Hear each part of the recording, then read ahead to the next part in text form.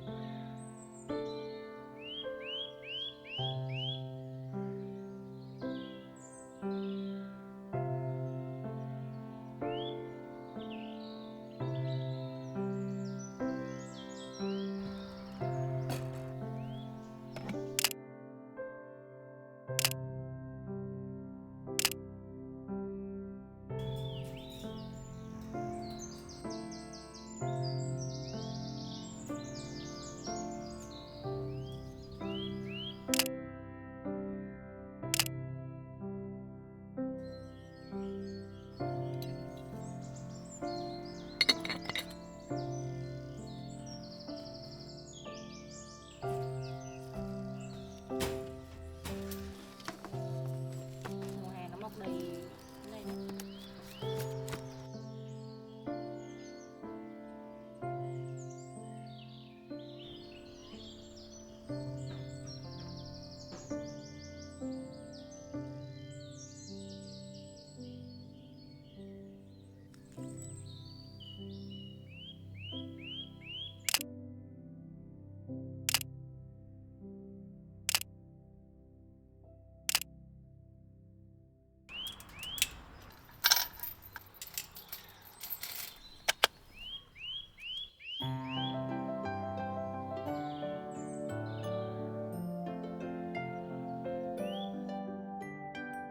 Gì đây á?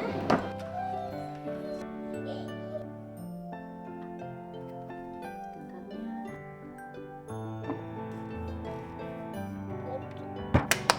Uống. Ôi vỡ.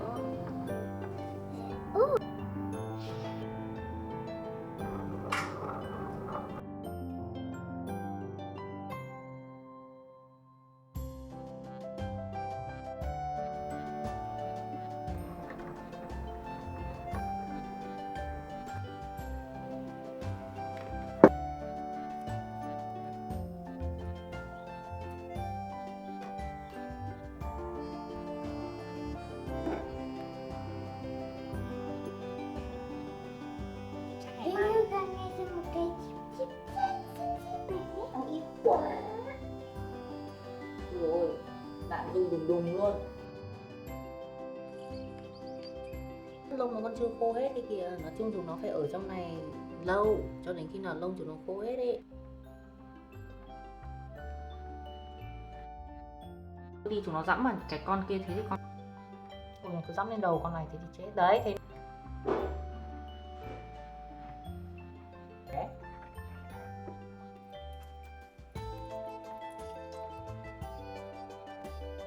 Con có nhận ra mà bạn con khen sáng nay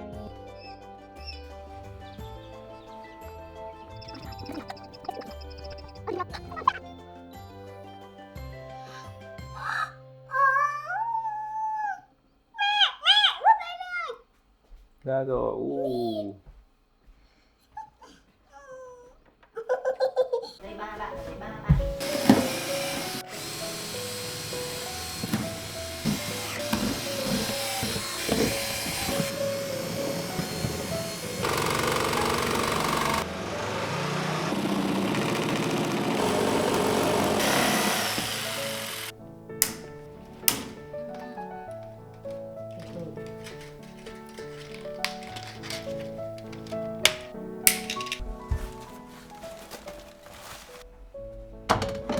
để trên này thì không quan trọng.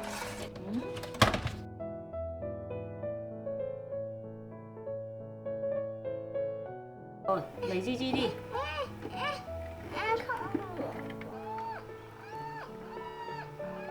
Ôi nhoi lắm, ôi nhoi.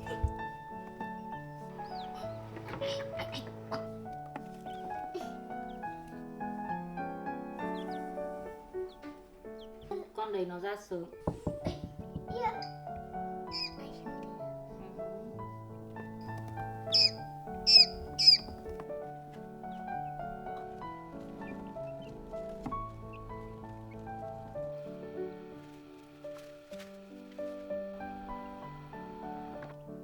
Con này là đang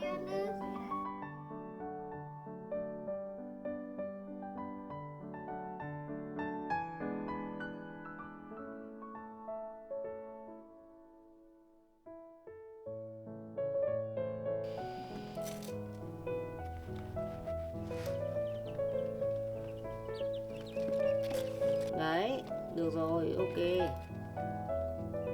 Đấy, nó thích ngủ trên tay em đó.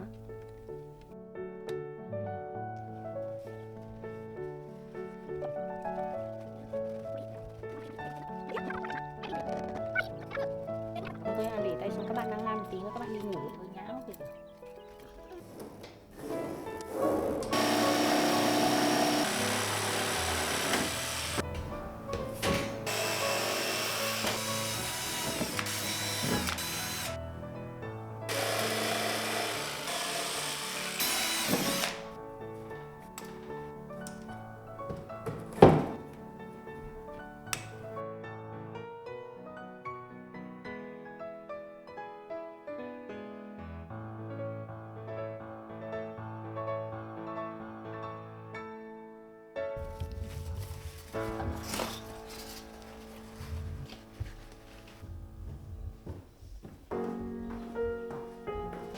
Weil hier gab man die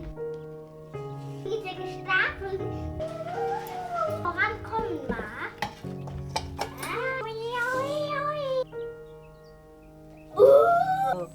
Tiger có thể tự làm đau chị. Thôi. Cái này mình phải đóng vào, không thì sinh ra Gigi vào.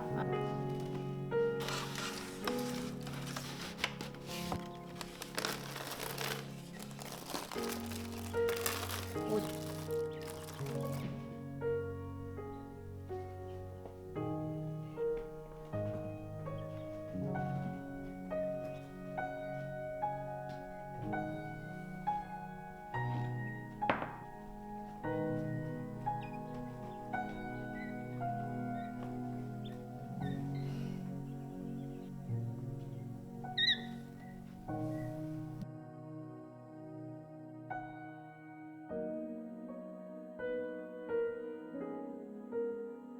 Chương trình thế giới động vật nào.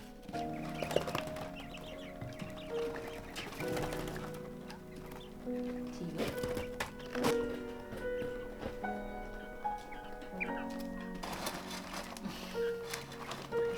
Đây là Blackie.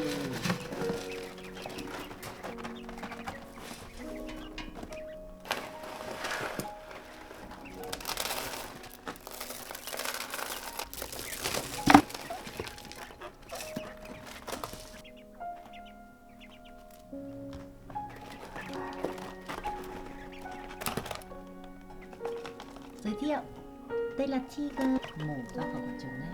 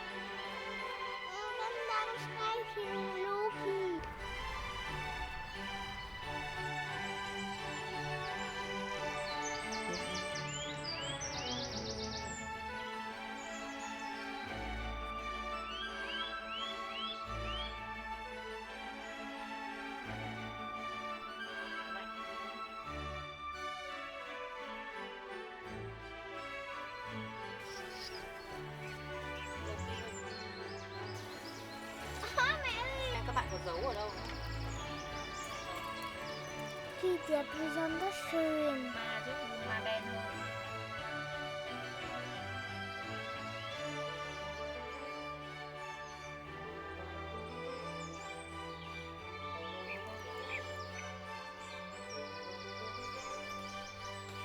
Rồi.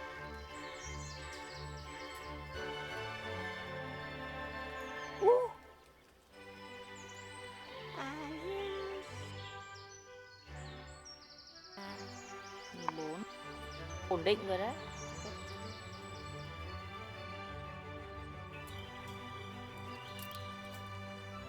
30, 32, 36.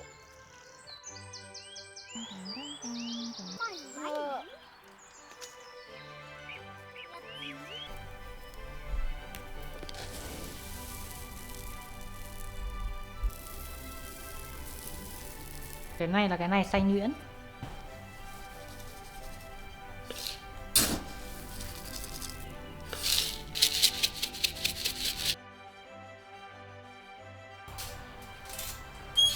Cái này mình đặt đây luôn.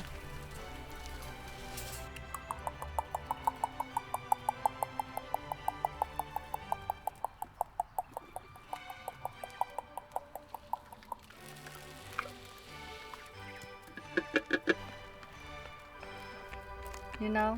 Đây này, con này này. Đứa khác là không được đứng cạnh mình khi mình ăn nha.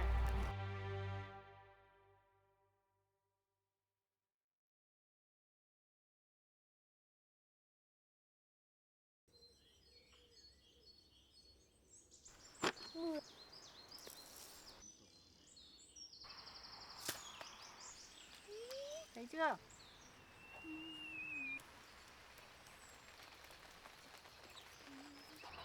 Ôi dồi ôi, sao vãi cả ra rồi.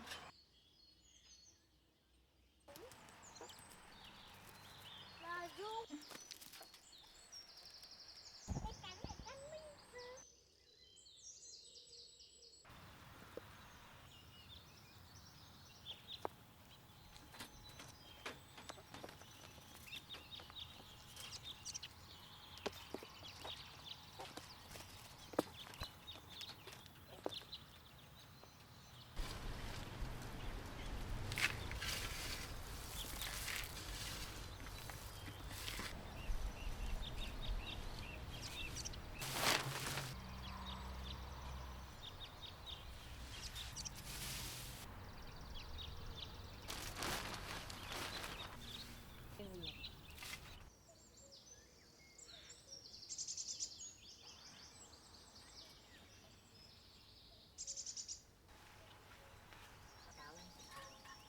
Trông Con này đi ra đây nhìn gì làm gì đấy. Ôi.